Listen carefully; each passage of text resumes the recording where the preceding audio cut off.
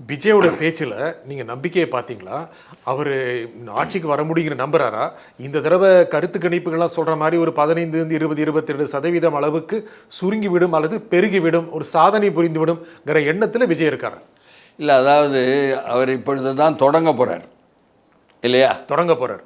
தேர்தல் மூலமாக சந்தித்து வாக்கு பெறுவது என்ற ஒரு பட்டியலை தொடங்க போகிறார்.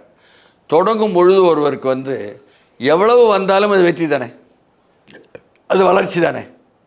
இப்போ நீங்கள் சொல்கிற எண்ணமும் விஜய்க்கு இருக்கான்னு கேட்குறேன்.